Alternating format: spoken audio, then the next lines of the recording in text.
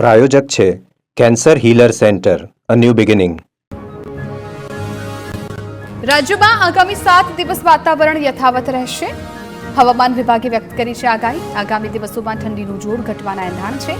લઘુત્તમ તાપમાનમાં 2 થી 3 ડિગ્રીનો વધારો થવાની શક્યતા છે.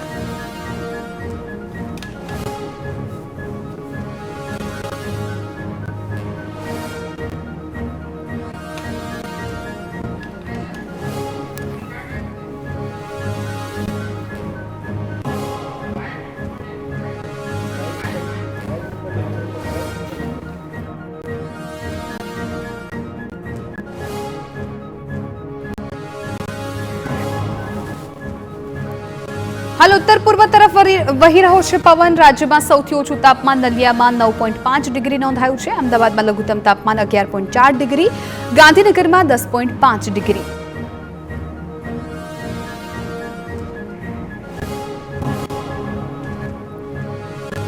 રાજ્યમાં ટેકાના ભાવે મગફળીની ખરીદી મુદ્દે કૃષિ પ્રધાન રાઘવજી નિવેદન કહ્યું કે 3,73,000 ખેડૂતોએ કરાવ્યું હતું રજીસ્ટ્રેશન, જેમાંથી 3.5 લાખ જેટલા ખેડૂતોની 10 લાખ મેટ્રિક ટન મગફળીની ખરીદી કરાઈ.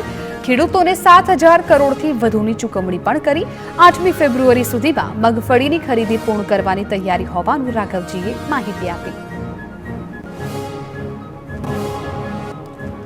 મહીસાગરના કડાણા ડેમમાંથી રવિ પાક માટે પાણી છોડાયું. 150 ક્યુસેક પાણી ડાબા કાંઠાની કેનાલમાં છોડાતા ખેડૂતોને લાભ થશે. કડાણાના 40, લુણાવાડાના 90 ગામોને સિંચાઈનું પાણી મળી રહેશે. 130 ગામોની 11,000થી વધુ હેક્ટર જમીનને સિંચાઈનો લાભ મળશે.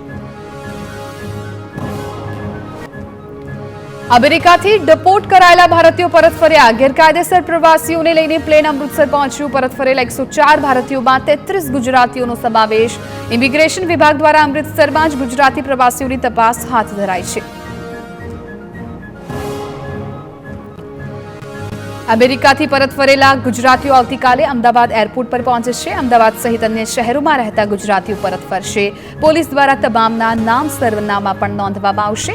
આગામી દિવસોમાં પરત ફરેલા લોકોની પૂછપરછ થાય તેવી શક્યતા. ગુનાહિત પ્રવૃત્તિ જણાશે તો કાયદેસરની કાર્યવાહી થશે.